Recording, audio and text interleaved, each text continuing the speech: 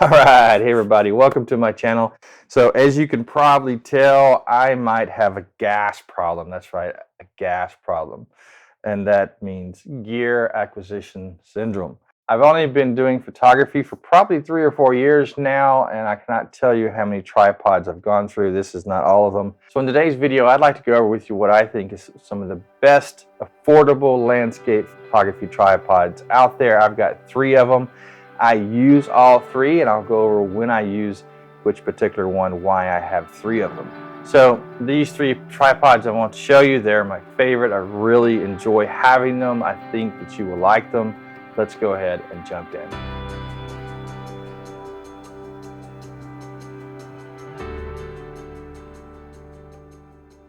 All right, hey, let's jump into these 3 tripods. Now, these are my favorite. I've collected quite a few over the years, as you can tell. I've sold a bunch off. I ended up with these 3 because they're very sturdy for what I need, and they provide a specific use case. Each one provides a specific need.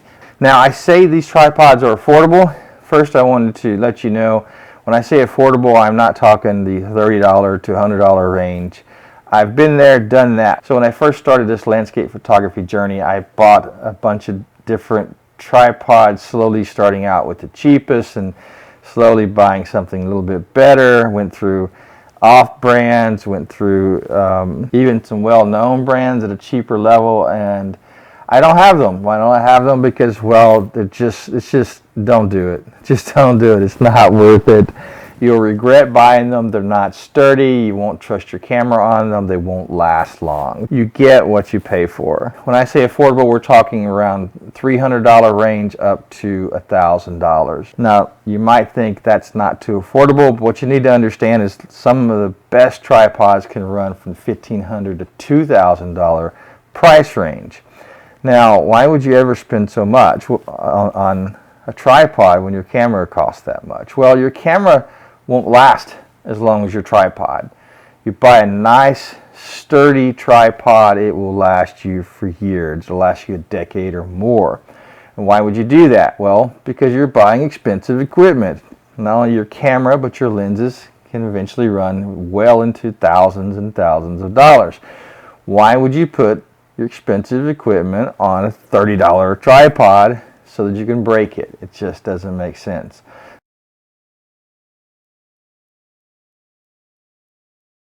Alright, so let's start with my smallest one. I have the Ifootage Gazelle TC7. So this is my smaller tripod. It is, how many sections? I got 1, 2, 3, 4 section tripod. It is around 4 pounds. So this is my smaller one.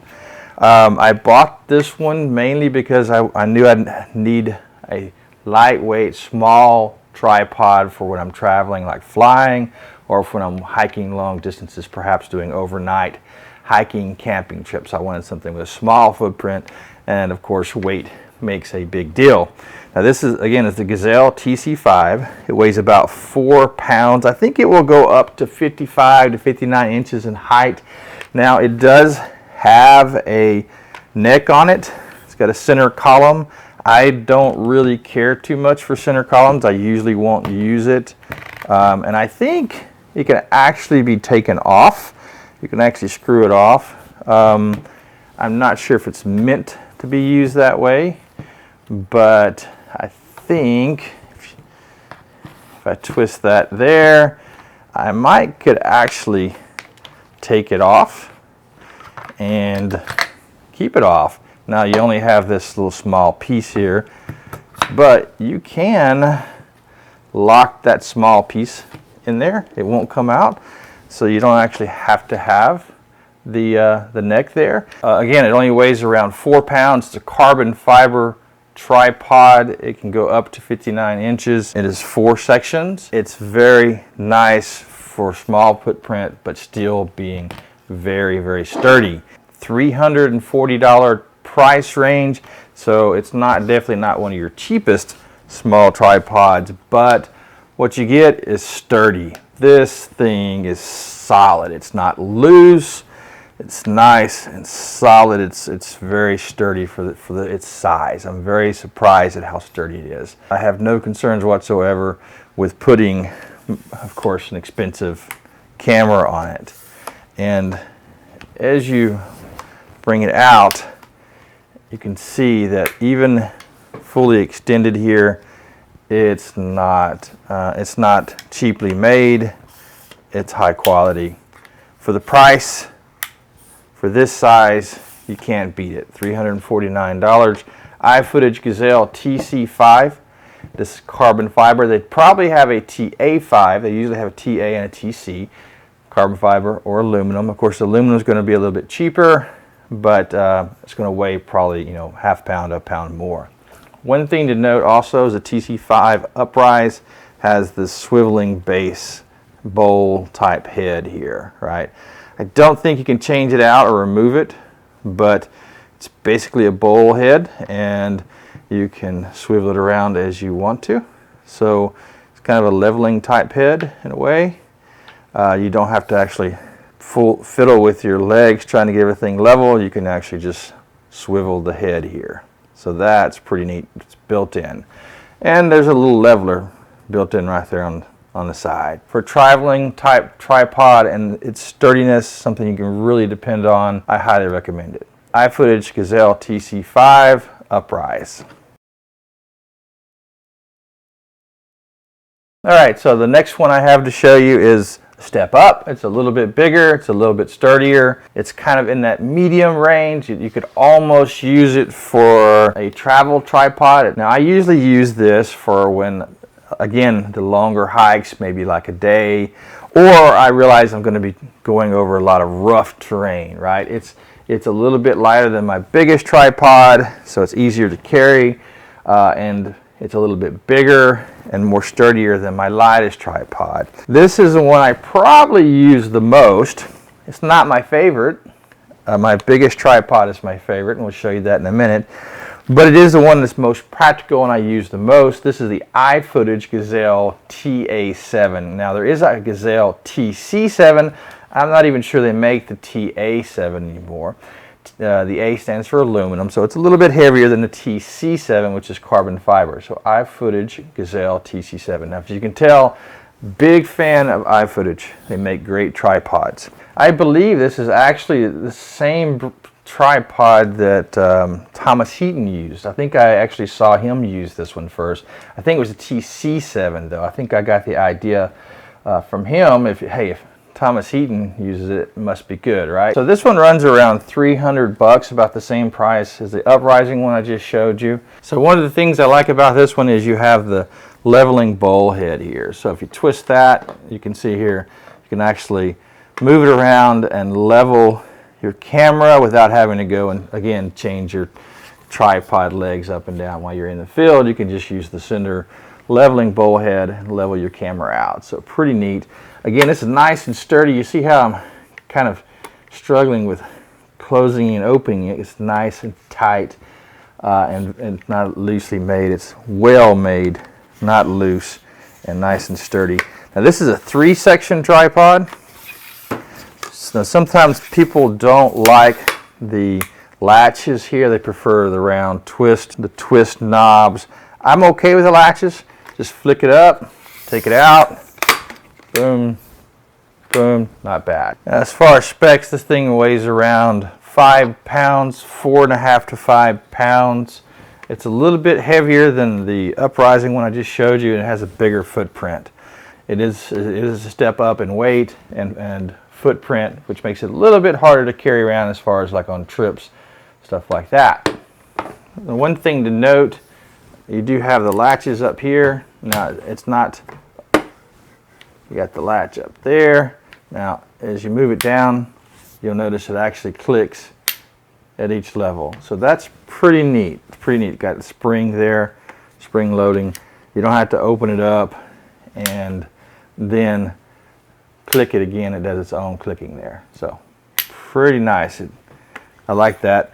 My larger tripod actually doesn't do that. That's one of the things I wish it did do. It's pretty neat. So as far as specs, again, it weighs around 5 pounds. I think the aluminum one especially. I'm not sure they make the aluminum one anymore. They do make the carbon fiber one, which should be a little bit lighter. Now, its height is again around 59 to 60 inches, the same as the uprising one, but keep in mind that's without having the center column. I think the uprising one gets that height with the center column. So that's one thing to consider when you consider uprising versus this one. Similar price range. I think the uprising maybe even a few dollars more. If you're going to find a nice medium one, you're not worried about getting on a plane too much, any of that stuff, this is a great tripod for that. 4 to 5 pounds in weight, 59 inches, 60 inches in height, and a weight load of around 13 pounds. Excellent, excellent tripod.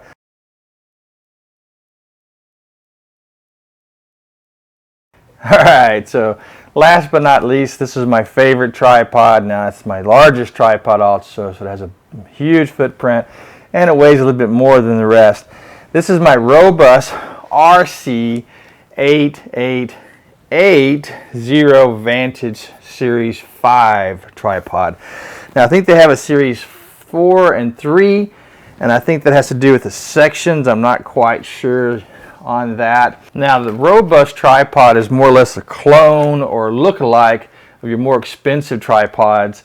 I believe it was probably modeled after your Gazelle tripods, like your Gazelle Series 3. Looks very similar.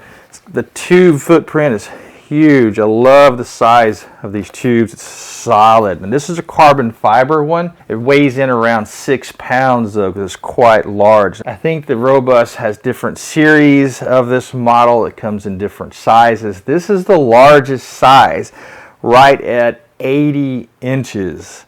Now, it has a 6.5 pound footprint even for carbon fiber, but it is solid. It's got padding on 2 of the legs, rubber padding's nice. The tube is nice and wide, very solid, tight operation. Now, it's the twist type, one twist, very smooth. Twist, you're locked back in place. Quite simple. Doesn't take much to lock it. Nice and sturdy. This is a different one that I added on, these longer spikes. I added these spikes on. It comes with different feet though. It comes with smaller spikes. It comes with a flat, wide type feet that's made more for like putting in sand or water. But it actually comes with 3 different types of feet. That's very nice. I like that. So now you can tell it has a bowl head like the rest of my tripods. You can tell I actually love these bowl heads. I tend to lean more towards those. Why is that? Well, I like the way you can level with the bowl head itself. It's got a leveling measurement on this particular bowl head. Now this bowl head didn't come with the tripod. I think it did come with one. I don't remember. I'll have to check that out and put a note in the description below. I don't remember if it came with a bowl head. I'm pretty sure it did, but I upgraded it. Added my own little bowl head. This is not expensive, probably like 50, 60 bucks. I wanted one that had a little bit longer twist here, and of course you can put the bag on the bottom for more weight. Now this guy is a little bit heavier. It weighs in around 6.5 pounds, but it's sturdy. You know, you talk about sturdy and being able to handle wind well, not shaking in the wind as much. It takes a lot to move this tripod. Very sturdy. And that's why I like it. As far as being solid, lasting a long time, great materials, this tripod is the one. This is going to last me a decade. Well worth the money I paid for it. Now, price. Now, you can get it anywhere from $600 to $750. Actually, I think I may have bought it at the $750 range. It actually comes in now at $600 on sale at the time of making this video. Now, that may change. I'm not sure how that sale is going to last, how long it's going to last. I think the suggested retail price is $1,000. Usually you'll see it for sale for about $750. It's now on sale for $600. Now that's a lot for a tripod, you might think. Not really. Not for a tripod of this caliber. The other tripods, the name brands that this brand is cloning, runs from anywhere from $1,600 to $2,000 range. So you're basically getting a clone of $1,600 tripod for about $600 to $750, about half the price. Yeah, it's well worth it. Now, of course, it may not have all the features of the tripod that it's emulating, but it is made with excellent material and very solid. I'm so happy with this tripod, my absolute favorite. This tripod has man, how many sections does it have? 4 sections. Now, as far as length, I mentioned 80 inches. Now, why in the world would you want a tripod for 80 inches? When I extend this thing, my daughter just tends to laugh at me. She's like, she cannot believe I would own a tripod so long. It is so long that I can't even stand it up here in the room. So 80 inches, that is long. So why would I want something that's so long? I mean, it actually, I'm only 6 foot. This is well above my head, right? If I extend it all the way, I can't even reach up there to put the camera on it because it goes so high. Why would I want something that tall?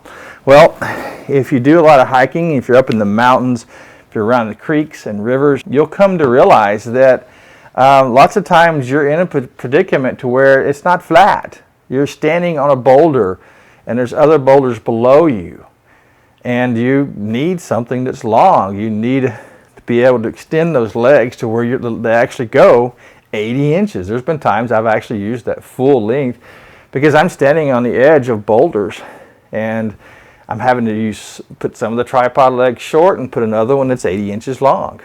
Another example is standing in a river, edge of a creek, edge of a river. Same circumstances. I've ran across those circumstances where I actually did use that full length, at least on 1 or 2 of the legs, because I'm standing higher than the surface level that's below me, in front of me.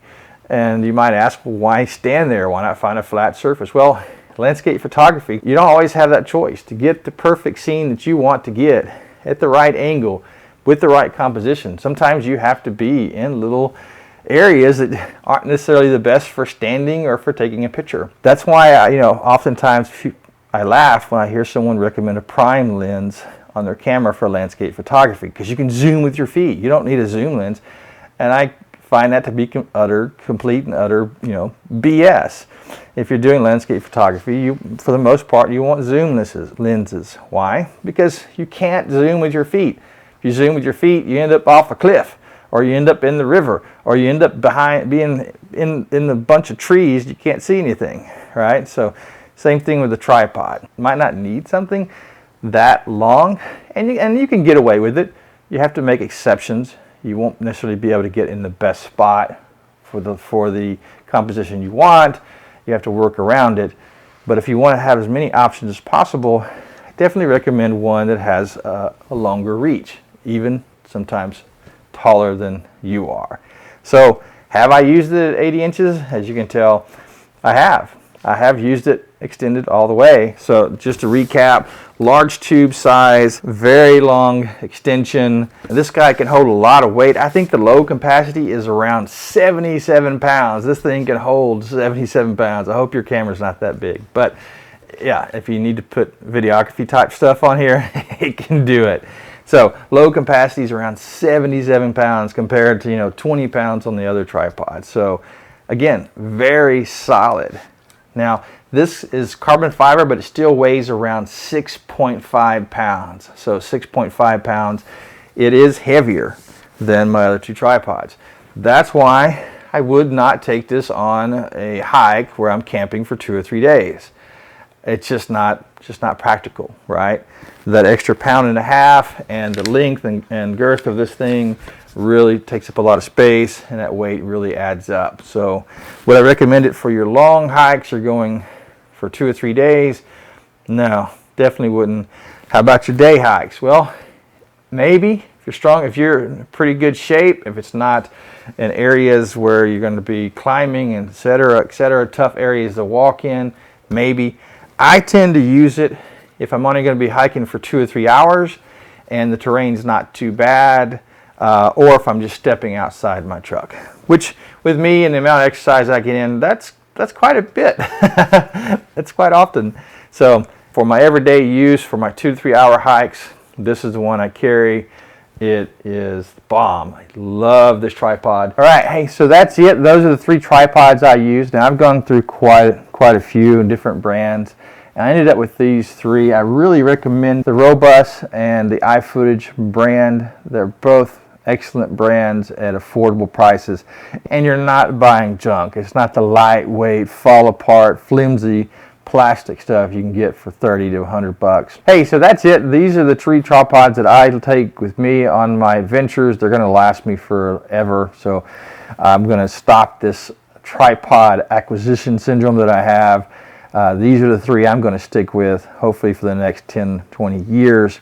I think they will last that long, and they fit all of my needs, from the travel to the medium carry to the large carry. So excellent tripods. They range from 300 to the 750 range. Can't beat that. Again, you know, your heavy duty tripods can get up to the $1,600, $2,000 range. I hope you enjoyed seeing these tripods. Maybe that will help you on your journey to buying one. If you have any questions about them, hey, leave me a message below. I'll be sure to put links to each one of these below also, and more information around them. I hope you enjoyed today's video. If you did, please click that like button. It helps get the word out about our channel, and we really appreciate that. And if you haven't subscribed yet, we tend to do videos on landscape photography, going out on our expeditions. You get to see plenty of beautiful nature as we take photos. We also do videos like you see today on gear, and also on camping and hiking. So if you're interested in any of those things, click that subscribe button and come back and see us. We'd love to see you again next time. Thank you for watching. We hope you have a great week. Bye.